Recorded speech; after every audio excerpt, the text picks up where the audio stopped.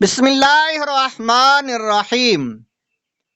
ابو لہب کی عبرت ناک موت۔ ابو لہب جنگ بدر میں شریک نہیں ہو سکا۔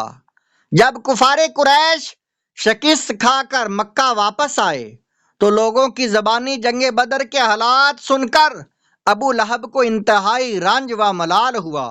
اس کے بعد ہی وہ بڑی چیچک کی بیماری میں مبتلا ہو گیا، جس سے اس کا تمام بدن سڑ گیا اور 8ویں دن مر گیا۔ عرب کے لوگ چیچک سے بہت ڈرتے تھے اور اس بیماری میں مرنے والے کو بہت ہی منحوس سمجھتے تھے، اس لیے اس کے بیٹوں نے بھی 3 دن تک اس کی لاش کو ہاتھ نہیں لگایا، مگر اس خیال سے کہ لوگ تانا ماریں گے۔ ایک گڑھا کھود کر لکڑیوں سے ڈھکیلتے ہوئے لے گئے اور اس گڑھے میں لاش کو گرا کر اوپر سے مٹی ڈال دی، اور بعض مورخین نے تحریر فرمایا کہ دور سے لوگوں نے اس گڑھے میں اس قدر پتھر پھینکے کہ ان پتھروں سے اس کی لاش چھپ گئی۔ زرقانی جلد نمبر 1 صفحہ نمبر 452۔ غزوہ بنی قینقاع رمضان 2 ہجری میں حضور صلی اللہ تعالی علیہ وآلہ وسلم جنگ بدر کے معرکہ سے واپس ہو کر مدینہ واپس لوٹے۔ اس کے بعد ہی 15 شوال 2 ہجری میں غزوہ بنی قینقاع کا واقعہ درپیش ہو گیا۔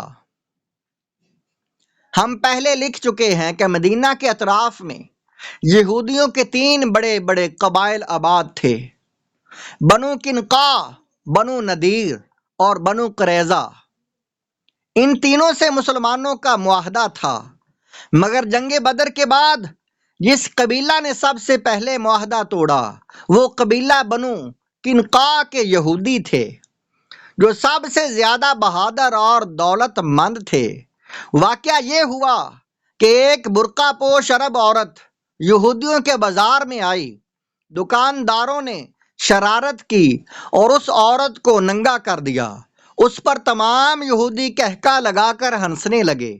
عورت چلائی تو ایک عرب آیا اور دکاندار کو قتل کر دیا۔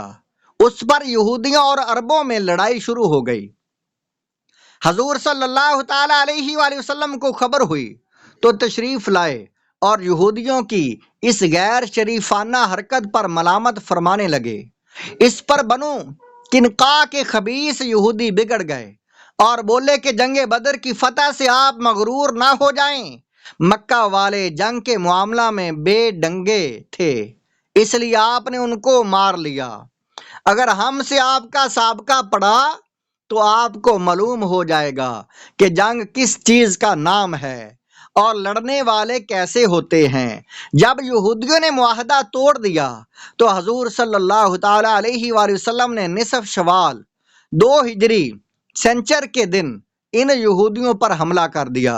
یہودی جنگ کی تاب نہ لا سکے اور اپنے قلعوں کا پھاٹک بند کر کے قلعہ بند ہو گئے، مگر 15 دن کے محاصرہ کے بعد بلاخر یہودی مغلوب ہو گئے اور ہتھیار ڈال دینے پر مجبور ہو گئے۔ حضور صلی اللہ تعالی علیہ وآلہ وسلم نے صحابہ کرام رضی اللہ تعالی عنہم کے مشورہ سے ان یہودیوں کو شہر بدر کر دیا، اور یہ عہد شکن بد ذات یہودی ملک شام کے مقام ازرعات میں جا کر آباد ہو گئے۔ زرقانی جلد نمبر 1 صفحہ نمبر 458۔ غزوہ سویق، یہ ہم تحریر کر چکے ہیں کہ جنگ بدر کے بعد مکہ کے ہر گھر میں سرداران قریش کے قتل ہو جانے کا ماتم برپا تھا، اور اپنے مقتولوں کا بدلہ لینے کے لیے مکہ کا بچہ بچہ مضطرب اور بے قرار تھا۔ چنانچہ غزوہ سویق اور جنگ احد وغیرہ کی لڑائیاں مکہ والوں کے اسی جوش انتقام کا نتیجہ ہیں۔ عتبہ اور ابو جہل کے قتل ہو جانے کے بعد اب قریش کا سردار اعظم ابو سفیان تھا، اور اس منصب کا سب سے بڑا کام غزوہ بدر کا انتقام تھا۔ چنانچہ ابو سفیان نے قسم کھا لی کہ جب تک بدر کے مقتولوں کا مسلمانوں سے بدلہ نہ لوں گا نہ غسل جنابت کروں گا، نہ سر میں تیل ڈالوں گا۔ چنانچہ جنگ بدر کے 2 ماہ بعد ذوالحجہ 2 ہجری میں ابو سفیان 270 سواروں کا لشکر لے کر مدینہ کی طرف بڑھا۔ اس کو یہودیوں پر بڑا بھروسہ بلکہ ناز تھا کہ مسلمانوں کے مقابلہ میں وہ اس کی امداد کریں گے۔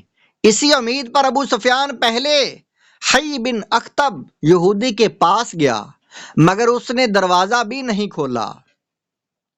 وہاں سے مایوس ہو کر سلام بن مشکم سے ملا، جو قبیلہ بنو نذیر کے یہودیوں کا سردار تھا اور یہود کے تجارتی خزانہ کا مینیجر بھی تھا۔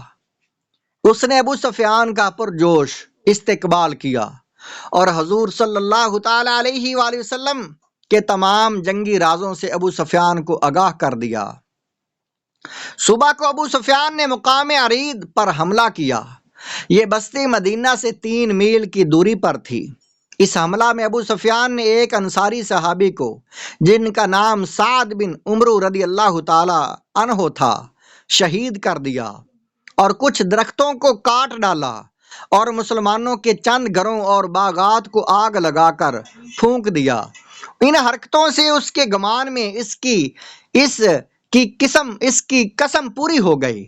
جب حضور اقدس صلی اللہ تعالی علیہ وآلہ وسلم کو اس کی خبر ہوئی تو آپ نے اس کا تعاقب کیا، لیکن ابو سفیان بدحواس ہو کر اس قدر تیزی سے بھاگا کہ بھاگتے ہوئے اپنا بوجھ ہلکا کرنے کے لیے ستو کی بوریاں جو وہ اپنی فوج کے راشن کے لیے لایا تھا پھینکتا چلا گیا، جو مسلمانوں کے ہاتھ آئے۔